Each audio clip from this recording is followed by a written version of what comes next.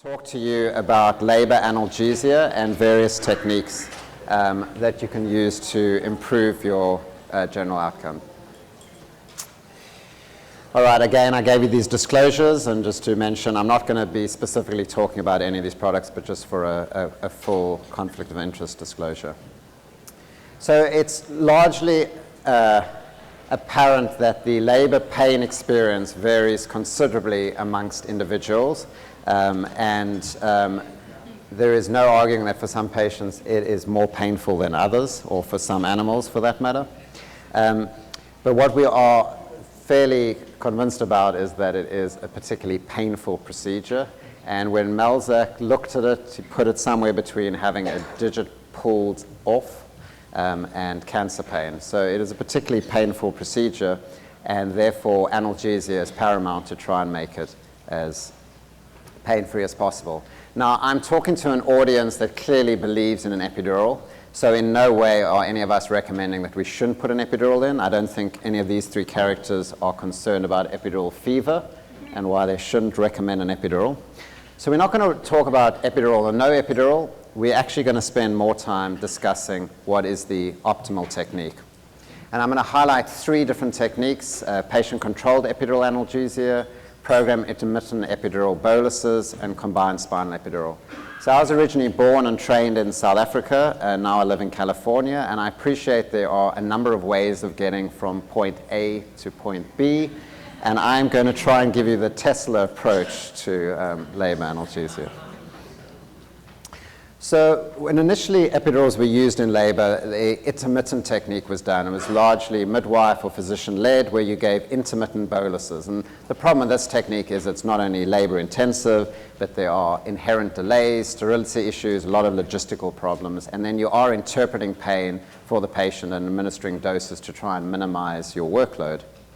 When the pumps were eventually developed that would allow a continuous administration of local anesthetic, then we changed over to continuous epidural infusions. And the advantage with this is you can give it continuously. You don't have to go back to the patient. However, it doesn't account for variability in what patients' needs are and the progress of labor, and there's no control. You're just getting a set amount. So when patient-controlled epidural analgesia was proposed, and was in 1988 by Gambling and colleagues, found that this was a better approach because it allowed patients to have an interaction with their pain and be able to titrate to their needs. And so the main reason why it was being promoted was patient autonomy and increasing patient satisfaction. But then a lot of studies emerged to show you can use significantly less local anesthetic, up to almost 50%. You can therefore decrease motor block. And we heard all this and we were like, yeah. And then along came the 19% reduction in our workload, and we thought, yes, I like this technique. So basically, we changed over to PCA. So for a show of hands, who uses patient-controlled epidural analgesia in the audience? Who doesn't? Ooh, shame you, a few of you people. Okay. We use a continuous infusion, but it just doesn't have the... Right. So if we had asked that question 10 years ago, it would have been a third of people, and even less, and we did surveys to show that in California, and eventually it's sort of the tipping point was reached. It was reached in Canada a long time before. But when we talk about patient-controlled epidural analgesia, it's a little disingenuous, because the truth is the techniques that work best have a background infusion. So we're really using a combined technique. And if you use a background infusion, you get better analgesia, you get less clinician top-ups, but you do use more local anesthetic. And the problem is if you use too much of a background infusion, it starts to look more like a continuous infusion as opposed to the program intermittent, the patient-controlled boluses. So what is the optimal background infusion to use? One study tried to quantify it and said 33% of your maximum dose. If I was starting it out and I was trying to convince people to change over, I would use my normal continuous infusion, introduce PCA, and then slowly lower it down to probably around half or 2/3 of what you would normally give. So what should you put in your local anesthetic solution? And because of a lot of consolidation amongst pharmaceutical companies, we have really two good options, ropivacaine and bupivacaine. Don't worry about these studies, but these are MLAC studies where they allow us to quantify potency of local anesthetics in a clinical setting, and this is for block initiation for labor. And if you compare the two drugs, you get a 40% difference in potency. So ropivacaine is 40% less potent than bupivacaine. And that's a very important thing to appreciate, because if you look at studies that compare these two drugs, and we looked at a number of these studies, there were 11 that actually compared them in a labor setting, concentrations range significantly, but a lot of the studies that show a motor benefit with ropivacaine did not account for the potency difference. So it seems like all the things we were told about less motor block was really just a potency drug effect difference. The best thing that ropivacaine has brought to the labor setting, where we were concerned initially with local anesthetic toxicity, we use such small doses that it's not really an issue. The best thing it brought us is that people converting to ropivacaine automatically decrease their local anesthetic concentration if they were using bupivacaine. But it hasn't brought much more to, from an advantage point of view. What has brought the biggest advantage is adding an opioid to your epidural solution. And you can decrease your local anesthetic use by more than 50% by using a lipophilic opioid. Is fentanyl or sufentanil superior? So when we surveyed Californian population, the vast majority use fentanyl. Because we want to be contrary, we actually use sufentanil at Stanford. And there are some small advantages with sufentanil. It has slightly higher CNS potency, so it actually may work a little better as an analgesic point of view, and you can use a little less local anesthetic. And it has a shorter context-sensitive half-life, so it doesn't accumulate quite as much as fentanyl, and maybe it has some peripheral breastfeeding. But it's more costly, and there are drug errors that are associated because of the small quantities. Either drug works great, use whatever you want. The other adjuncts have not really proven to be useful. Unfortunately, clonidine is black boxed for obstetric use, and neostigmine is not FDA approved for this indication, although investigators in Wake Forest are looking at that. So these are two drugs that you would really utilize in the occasional patient where you're really struggling to manage the epidural, rather than routine use, at least in the United States, with clonidine. So let me show you some evidence of what a difference you can actually make if you use dilute solutions with opioids. This is an old study from Chestnut looking at straight leg raises during labor. And if you see with bupivacaine with 0.0625% with an opioid compared to a heavier dose of bupivacaine, you essentially eliminate motor block by using such dilute solutions. We conducted a meta-analysis to try and show, not only from an analgesic point of view, that you can actually make some differences in outcomes, meaningful obstetric outcomes, by using more dilute solutions. Similar to what I was showing you with arbitrarily choosing the 100 micrograms of intrathecal morphine, we chose the less than or equal to 0.1 bupivacaine as the low dose, and the heavy one being greater than 0.1, in a way to force people who use 0.125% to move lower. And the primary outcome measure was assisted vaginal deliveries, and we found a significant difference. That's a forest plot of that outcome measure in pretty much all the studies, and an overall significant reduction. There was also shorter duration of labor, less motor block, and it did not compromise analgesia despite the lower doses in any of the outcome measures that we looked at. So again, less is more dilute solutions more, and we can discuss exactly why that is the case. And this is a study that actually compared 0.15% ropivacaine with 0.1% ropivacaine. So you can see a significant reduction, 30% reduction. Pain scores unchanged throughout labor between the two groups, and despite using 30% less in the more dilute group. So how is it possible that we can use around 30% reduction in local anesthetic and not compromise our analgesic efficacy? And we think that the reason behind that is block spread. And this was a really interesting study by Lyons and colleagues in the UK, that similar to the MLAC study that I showed you that looks at concentration, this looks at volume, and you vary volume. So if you think you're using 0.125% bupivacaine compared to 0.25, you would need twice as much of the more dilute solution than the concentrated solution. It turns out you need 25% reduction. So instead of needing twice as much, you only need 25% more in the more dilute solution. So this gives you some idea why a more dilute solution can be more effective. Okay, so to summarize, patient-controlled epidural analgesia is better, largely inherently because of the design of bolusing techniques with PCA because you're getting intermittent bolus techniques, and also because by using larger volumes, more dilute solution, you improve spread and you improve it overall. So this lends itself to the next technique, which is program intermittent epidural boluses, and it's the new kid on the block that's being proposed to be more beneficial. Hogan showed very interesting work in fresh cadavers that if you look at larger volumes at higher pressures, you improve your spread within the epidural space, and you can really cover those dorsal root ganglions better by doing that technique.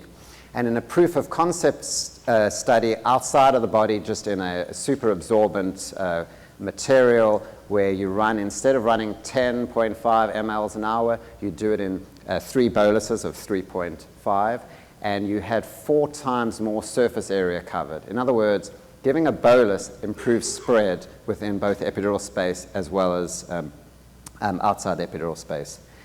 So does it work in a clinical context? So Cynthia Wong showed if you compare a 6 mLs every 30 minutes, so it's the same as dose as 12 mLs an hour with a continuous infusion, you decrease the amount of local anesthetic use, improve some analgesic outcomes without compromising any other obstetric outcomes. So it appears, based on this data, that an intermittent bolus technique is better than a slow drip over the hour.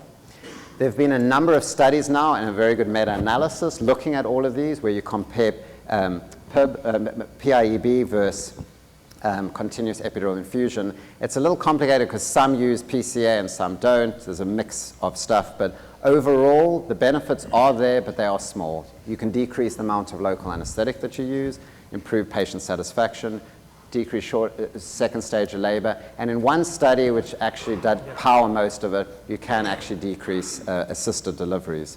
So there is some benefit to a program intermittent epidural bolus technique. But a lot of the technique efficacy is how you set it up and how well it works. So when it comes to a PCEA technique, there are so many different regimens out there to try and say what is the best way of doing it. And when we looked at it, all the studies indicate that there is no perfect setting. However, there is some degree of improvement when you start using larger boluses. It goes back to that spread we were discussing. So emphasis to using larger volumes, but obviously when you're using larger volumes and bigger doses, then you have to increase your lockout time, and you may get callbacks in that lockout time period. So that's for PCEA. For PIEB, the same has been shown. So if you use small bolus more frequently versus a larger bolus less frequently, you improve your analgesic outcomes. Again, large volume, better spread, better analgesic outcomes. So this is what we use at Stanford. It's all in your syllabus handout. It's nothing very special other than this is what works in our institution. We used to use a continuous epidural infusion plus PCEA. Our settings were 12, 12, and 15. And we changed over to PIEB plus PCEA. We started off at 8 mLs every 45 minutes. Again, it's empiric based on a lot of discussion with various people. You're trying to not have too long a lockout time, but at the same time you need an adequate dose. But we actually bumped it up to 9 so I could convince the nurses that we were still giving the same amount of local anesthetic because they were complaining that patients weren't getting enough local anesthetic. We have a bolus of 10 every 10 minutes. It's a very short lockout, but remember the PCA lockout affects your program intermittent epidural bolus. So you've got to be very aware that the two are interlinked and they will affect each other. And we started 30 minutes after we've done our initial block, because obviously you've done an initial dose, you want to wait. We waited a little longer, we felt we were being called back more. So that was what we played around with. And this is the current result of what we're doing.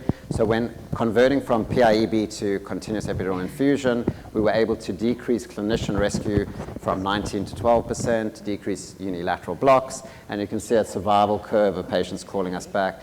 So overall, it's really an incremental improvement. We really are on that flat part of the curve, but PIEB does offer an advantage over continuous infusion and is the better way both from theoretical block spread that we've seen in models as well as in a clinical setting.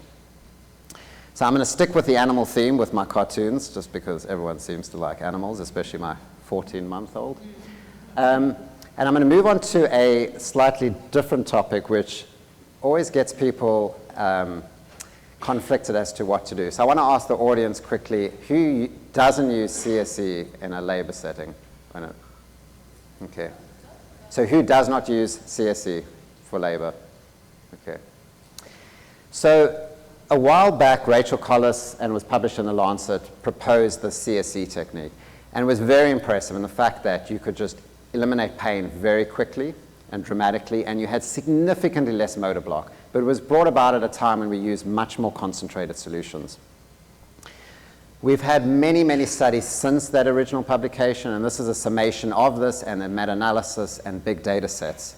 So on average, you only reduce the onset time by 3 to 5 minutes. So this is an argument used for not using a CSE technique, saying, well, I'm only going to save 3 to 5 minutes. But for any of you who have done any labor study, we do not enroll the 9 centimeter multip. So this is an artifact of where studies are conducted and what population is conducted. Because if you look at that population, it takes 30 minutes for a normal epidural to work well compared to a CSE that is in minutes. There is very good evidence of superior ongoing pain, in particular less sacral sparing and less need for supplementation, and fewer catheter failures because you confirm your placement. We'll discuss this in a little while. The satisfaction was very apparent in the early studies because you had less motor block. Now it's less so, although the quicker onset may contribute towards satisfaction. So the main reason why it's elected not to use a CSE technique is this concern for fetal bradycardia. If you look at meta-analysis data, the odds ratio is almost twofold increase. It again is exaggerated depending on what population you're looking at. And a really good example of this is the graph I have on the right. So there's a group of obstetricians that looked at how rapidly you take pain away. So on the far left, if you go from 10 to 0, versus all the way on patients that are not much pain, you're just putting in the epidural early. And you can see the incidence goes from around 30% to negligible difference. So it's not so much a technique issue, it is a functioning of taking away pain quickly. And what we propose occurs is that you get an imbalance of circulating norepi and epi within the body, although some people have said a pulse of oxytocin can explain this phenomenon, but it is just a phenomenon which is easily manageable, and we can talk about it in a little while. It does increase pruritus because it is an opioid-based technique. It does potentially cause hypotension if you use large local anesthetic doses, so you want to reduce that. Although it is an untested catheter, there are a number of series showing that CSEs function better and are more reliable for epidural top-ups for C-sections. So the untested catheter concern has not been realized. The theoretical concerns of infection and neural damage have not been realized in institutions that have completely converted to CSEs. And although you would think you would increase your post-dural puncture headache because you're deliberately piercing the dura, large databases show either the same or reduced, probably because when you think you may have got loss resistance, you can check it with your needle, so rather than advance the. But either way, a lot of these concerns haven't been realized. When it comes to managing the fetal heart rate changes in the series that now look at it, with our understanding that this phenomenon may happen, it should not increase your C-section rate, and you really just do basic intrauterine resuscitation, some maneuvers of which I've outlined here. We find nitroglycerin being the easiest to utilize, readily available, and a few sprays usually resolves the uterine tetany. Which opioid? Again, fentanyl or sufentanil. There's slight potency differences, and again, if you look at the ED50 or the ED95 studies that recommend dosing in the setting, again, it is biasing patients in earlier labor because you just don't tend to enroll the really advanced labor. So the dose that you use needs to be applicable to where you apply the drug in your setting. And really, it's a fact of choosing the best dose for your setting. I will caution a large dose of opioid. Mark van der Velde showed very eloquently when you compared 1.5 versus 7.5 of sufentanil, you get significant increase in the fetal bradycardia. Thinking as an opioid effect or just that it's more effective in taking pain away. Although morphine is used in isolated settings, it's a drug that I wouldn't recommend at a labor setting unless you just cannot offer an epidural service and you're doing single-shot spinals, and that has been described in community settings. So the addition of local anesthetic is controversial. In early labor, you only need an opioid. CSEs are opioid-based techniques, but in advanced labor, you do need local anesthetic. It works quicker, and it helps with the second stage of labor. We actually had a patient that got an overdose of 45 micrograms of sufentanil because the clinicians thought it was pre-mixed, and the patient delivered 20 minutes later and was completely uncomfortable during the delivery and was uncomfortable for the repair afterwards. So the local is very important for the second stage of labor, less so for the first stage of labor. You want to reduce your dose. You do not want to use more than 2.5 milligrams. You want to use hypobaric because you get a better spread up, whereas hyperbaric tends to give you more of a sacral block and less of analgesia. And bupivacaine on balance is probably the more preferable agent, although ropivacaine has been proposed. So this is what we do. We tend to use the CSE technique in advanced labor, so about a third to a half of our patients. And we use that setting in our setting is reasonable. If you're using it really early on in labor for a mobile epidural, you can not use the bupivacaine and just use your sufentanil. And later on, you could, if you're doing it, add your local anesthetic. All right, so I've covered the main areas that I wanted to cover. I want to just highlight 4 other areas, just seeing as I've got the stage, so I might as well ramble on a little bit longer, and I've got 4 more minutes. So Lawrence mentioned this in his talk, and I'm not just bringing it because he's here and I'm wanting to be nice to him, but this is a technique that you absolutely should consider using, especially if you don't believe in a CSE technique. And the concept was explained yesterday, but basically it's doing a normal epidural, doing a needle through needle with your spinal needle. So it's basically doing a CSE without dosing through the CSE. And in the study that was conducted at the Brigham, they showed better sacral spread, less one-sided blocks, and less pain afterwards. So the concept is you're making a little hole, and some local anesthetic might translocate through. Probably the bigger issue is more that you're confirming placement of your block. Because in a very interesting study at Wake Forest, imagine you're planning on doing a CSE, you get great loss of resistance, you try and get your CSF, you don't get CSF, you think, great loss of resistance, and you thread your catheter. If you compare the ones that you get CSF back versus those that you don't get, they had a 29% failure when you're not getting it back versus their baseline 4% failure with CSF. So the CSE technique is unique in the fact that you get double confirmation of where you are. You confirm that your catheter, at least to an insertion point, is midline, and that probably explains why the dural puncture technique is useful. And even if you don't do CSEs, you can use this technique for whenever you have any doubt about your loss of resistance, just use that dural double confirmation. The other concept that I want to sort of stress is using flexible catheters. It amazes me that stiff catheters are still being used. And there's level 1 evidence that you can decrease paresthesias, you can decrease epidural vein cannulation, you probably can decrease one-sided blocks. The evidence is a little weaker in that area. And the only negative is sometimes you can struggle a little bit to insert it, and there's definitely techniques that you can get around that, and you can always have a few stiff catheters around when that complication happens. And then last but not least is the neuroaxial ultrasound. We don't have time, and it's unfortunately not on this program, but it has been previously covered at Sol Shnider talks, and if you go onto Anesthesia Illustrated, because all these lectures are being recorded, there are examples of neuroaxial placement, and it's a technique that not only improves insertion, but there's some evidence that it may improve subsequent functioning of your epidural. And the last thing, I did say last thing, well, I'll throw one more last thing is, although we put so much importance on our life in terms of taking away pain in labor, and that is the most important thing, all the studies that have looked at maternal satisfaction in labor do not find that removing pain is the most important part of a woman's birth experience. And things like personal expectation, supporting patient, their relationship with both obstetrician, nurse, and anesthesiologist, and involved in the decision making.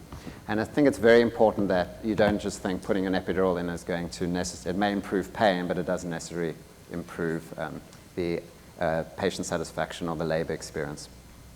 All right, so I've run through 3 really important modern techniques that we use. Gold standard probably at this point in time is a PCEA plus PIEB, if you have that, or at least with a background infusion of continuous epidural infusion. The most important thing is that you're using dilute solutions, and you can get away with that by adding opioids and allowing better spread and maximizing your local anesthetic. And by doing that, you can not only decrease motor block, but you can absolutely decrease your assisted delivery rate, so you can actually make an impact on obstetric outcomes. The CSE technique is something that you should at least consider using, and if not going all the way with dosing it because of concerns with bradycardia, you can absolutely do a dural puncture technique. And that is that.